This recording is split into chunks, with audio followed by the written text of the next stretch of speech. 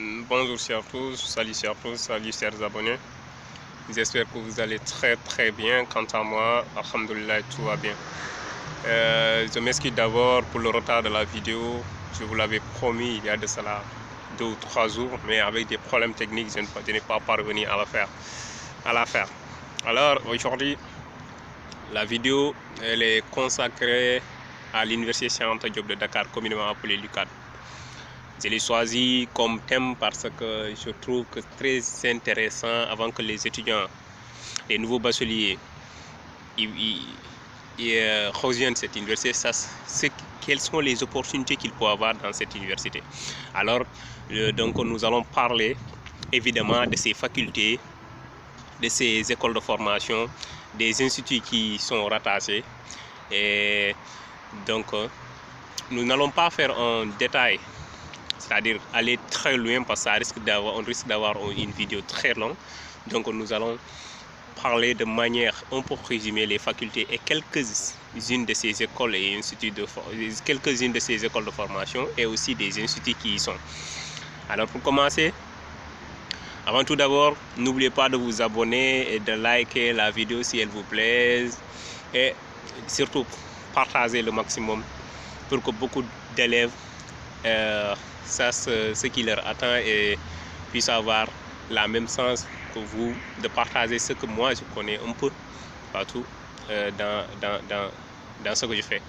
Alors, d'abord pour commencer, l'université Cheikh Anta Diop de Dakar a 6 facultés. Ces 6 facultés sont réparties ainsi. Il y a la faculté des sciences et techniques, communément appelée la FST.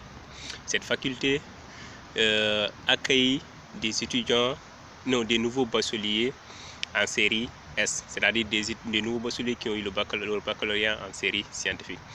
Dans la faculté, il y a des départements. Comme je vous ai dit, on ne va pas entrer dans les détails, mais je vais faire juste un petit résumé. Il y a des départements. Ces départements sont entre autres le département de mathématiques, de physique, chimie, de biologie. Voilà. Donc, pour y aller, il faut que vous ayez le baccalauréat scientifique ou bien le baccalauréat technique. Cela vous permettra d'accéder à cette faculté. Et cette faculté est rattachée à un institut qui vraiment est de renommée internationale, c'est-à-dire un institut de haut niveau qui se nomme IST, Institut des sciences de la Terre. D'ailleurs, c'est là-bas qu'on est diplômé notre 4e président, M. Macky Sall. Il forme là-bas, c'est une formation professionnelle. Donc voilà, dans les facultés, vous avez des formations académiques, des formations générales, mais dans les instituts et écoles de formation, là-bas, vous avez des formations professionnelles. Donc dans cet institut, vous avez plusieurs branches. Vous avez plusieurs branches, donc la plupart sortent là-bas comme ingénieurs. Alors voilà. Après la faculté des sciences et techniques, nous avons la FASTEF, c'est-à-dire la faculté des sciences de la technologie de l'enseignement, les sciences de technologie de l'enseignement et de la formation. Cette faculté, elle a formé, ou bien elle forme, si je peux me le permettre, des professeurs au CM et au lycée. La plupart de nos professeurs qui nous ont au CM et au lycée sont tous passés par cette faculté. La différence avec les autres facultés que nous allons encore parler, c'est que dans cette faculté, on y va par voie concours.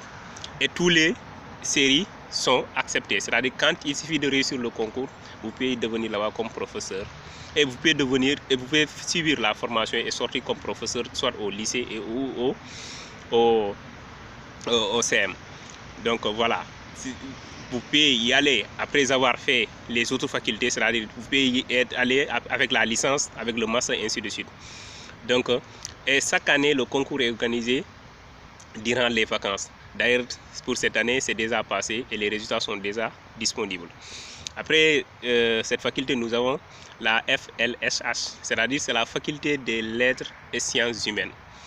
Comme son nom indique, c'est une faculté qui accueille de manière à l'évidence des étudiants, des nouveaux bacheliers en série L. C'est-à-dire qu'il faut avoir le baccalauréat L pour y être. Bien vrai, tu peux avoir le bac S pour y aller, mais ce n'est pas conseillé. Donc c'est une faculté de littéraire. Dans cette faculté, vous avez plusieurs branches.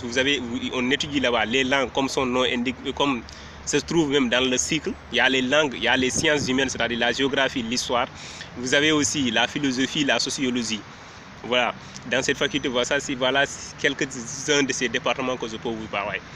Et après, cette faculté est rattachée d'autres écoles de formation, comme par exemple la EBAD, je pense, école bibliothécaire, archivage et documentaliste. Donc, c'est une école qui forme d'éminentes personnes qui après se chargent de l'archivage des documents, des anciens documents, comme son nom indique, de documentation et ainsi de suite, de bibliothèques, qui forment des bibliothécaires et ainsi de suite. Donc vous avez aussi une autre école qui est attachée, c'est-à-dire l'école école des langues étrangères appliquées, ELEA. Donc ça aussi, d'ailleurs, ça se trouve dans la même enceinte que l'ISC dont je vous parlais. Mais bon, c'est des détails que je vous donne, ce n'est pas très important. Alors, après la faculté des sciences, de la faculté des lettres, vous avez la faculté des sciences juridiques et politiques, la FSJP. C'est une faculté aussi qui forme des magistrats, des avocats, des juristes, ainsi de suite. C'est une faculté qui est spécialisée dans le domaine du droit. D'ailleurs, la faculté, on l'appelle communément fac droit. Faculté des droits, on l'appelle communément fac droit. C'est ainsi que les étudiants l'appellent. Après la fac droit, vous avez la FMPO. C'est la faculté de médecine, de pharmacie et d'odontologie. Comme se trouve dans le cycle, ce sont ces départements qui y sont. C'est le département de médecine, le département de pharmacie, le département d'odontologie. Mais il a noté que dans cette faculté, aussi, c'est le bac S seulement qui est approprié. Et aussi, dans le département de médecine, il faut avoir un bac S, mais avec le bac S, il faut avoir une mention. Dans les autres départements, comme par exemple la pharmacie, il faut aussi avoir le bac S. La mention n'est pas exigée, certes, mais un bon bac S, si je dis un bon bac S, c'est donc cela dit peut-être faire une fois le baccalauréat et sortir d'office avec au moins une moyenne de 11 comme ça. Mais aussi, il faut en noter que elle fait partie des meilleures facultés de la sous-région et même du monde. D'ailleurs, là-bas, vous y trouvez des Blancs, des Arabes, beaucoup de personnes viennent là-bas pour faire de la médecine. Voilà. Elle fait partie des meilleures facultés de la sous-région, la faculté de médecine. Et après la faculté de médecine, vous avez la FASEG, c'est la faculté de gestion, la faculté des sciences économiques et gestion.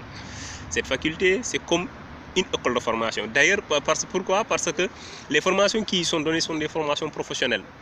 D'ailleurs, quand tu fais une formation là-bas, tu sors avec un diplôme plus ou moins professionnel. Bon, c'est-à-dire, c'est l'économie qui est enseignée, la finance, la gestion, et ainsi de suite. Et de cette faculté, il est rattaché d'autres facultés et un institut qu'on appelle IFAS, Institut de formation. Je ne me rappelle plus des sigles, excusez-moi, je ne me rappelle plus, mais il s'appelle IFAS, tout le monde le connaît, je crois bien. Cet institut y est rattaché. Et cet institut, certes, il y a la voie privée, mais aussi il y a la voie concours. C'est-à-dire, pour y entrer, il faut faire un concours qu'on organise tout le temps. Après l'IFAS, vous avez ce qu'on appelle... après la FASEG, vous avez l'autre faculté, ou bien ici, toutes les facultés. Oui. Je crois que, en grosso modo, voilà les facultés qui se trouvent à l'Université Cheikh Anta Diop de Dakar, les 6 facultés que je viens de citer.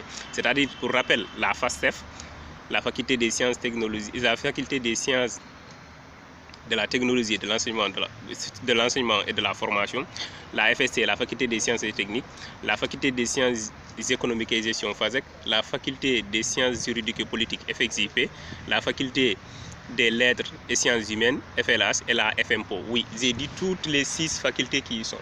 Il y a des écoles de formation aussi et instituts qui y sont rattachés, j'ai dit d'autres, et d'autres restent, par exemple l'ESP. L'école polytechnique de Dakar, c'est une éminente école qui forme pas mal d'ingénieurs en technique et en gestion. Là-bas aussi, c'est par voie concours, mais aussi il y a la voie privée. Et aussi, il y a le bac G est accepté. En guise de rappel, dans la faculté des sciences économiques, la FASEC, là-bas, deux types de baccalauréat est accepté, le bac G et le bac S. Donc, voilà ce que je peux vous dire aujourd'hui de l'Université Cheikh Anta Diop de Dakar en un rappel ou bien, je veux dire, en guise de résumé. J'espère que la vidéo vous aura plu. Si c'est le cas, n'hésitez pas à liker la vidéo, de partager et de vous abonner. La vidéo prochaine, je vous promets de vous parler du système LMD pour un nouveau bachelier. J'ai bien dit système LMD pour un nouveau bachelier. C'est-à-dire, qu'est-ce qu'un nouveau bachelier doit savoir en guise d'introduction du système LMD qui est actuellement dans les universités de Dakar, dans les universités du Sénégal. C'est un système qui est adopté tout récemment, mais c'est un système qui mérite d'explication pour que les nouveaux bacheliers qui vont y aller sachent ce qui leur attend. Qu'est-ce qu'ils doivent faire? Je crois qu'à mon avis, ça pourra les aider à bien réussir les années qu'ils feront à l'Université Cheikh Anta Diop de Dakar. Alors donc, sur ce, je vous souhaite de passer une excellente journée ou excellente nuit selon les positions géographiques. Quant à moi, je vous dis au revoir et bonsoir.